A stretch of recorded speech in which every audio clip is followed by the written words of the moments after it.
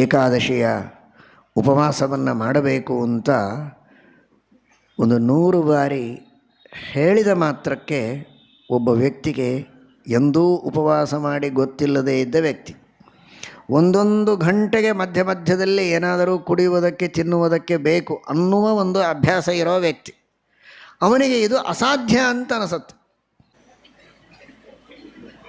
ಏಕಾದಶಿಯ ಉಪವಾಸವನ್ನು ಪ್ರತಿಯೊಬ್ಬರೂ ಮಾಡಬೇಕು. ಪಾಪಗಳನ್ನು ಮಾಡೋದು ಮಾತ್ರ ಆಗೋದು, ಪ್ರಾಯಶ್ಚಿತ್ತ ಇಲ್ಲ ಅಂತಾಗಬಾರದು. ಮಾಡಿದ ಪಾಪಗಳಿಗೆ ಪ್ರಾಯಶ್ಚಿತ್ತವನ್ನು ಮಾಡಿಕೊಳ್ಳಬೇಕಲ್ಲ. ಪ್ರಾಯಶ್ಚಿತ್ತಗಳಲ್ಲಿ ಅತಿ ಶ್ರೇಷ್ಠವಾದ ಪ್ರಾಯಶ್ಚಿತ್ತ ಅಂದರೆ ಅದು ಏಕಾದಶಿಯ ಉಪವಾಸ. ಬಹಳ ಕಷ್ಟವಾದದ್ದು ಅಂತೆಲ್ಲ ತಿಳಿದಿದ್ದಾರೆ, ಅತೀ ಸುಲಭವಾದದ್ದು. ಒಂದೇ ದಿನ 15 ದಿನಕ್ಕೆ 1 ದಿನ ಮಾತ್ರ ಉಪವಾಸ ಇದ್ದು, ದಶಮಿಯೂ ಊಟ ಇದೆ, ದ್ವಾದಶಿಯೂ ಊಟ ಇದೆ.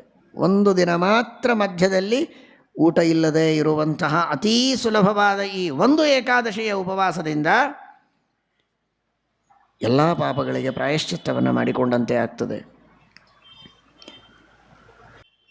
ಇಂತಹ ಉತ್ತಮವಾದ ಶ್ರೇಷ್ಠವಾದ ಏಕಾದಶಿಯ ಉಪವಾಸವನ್ನು ವಿಷ್ಣು ಪ್ರೀತಿಗಾಗಿ, ಹರಿದಿನ ಹರಿಯ ಪ್ರೀತಿಗಾಗಿ ಈ ಏಕಾದಶಿಯ ಉಪವಾಸ ಅಂತ ಸಂಕಲ್ಪ ಮಾಡಿದರೆ ಪಾಪಗಳಿಗೆ ಪರಿಹಾರ ಆಯಿತು.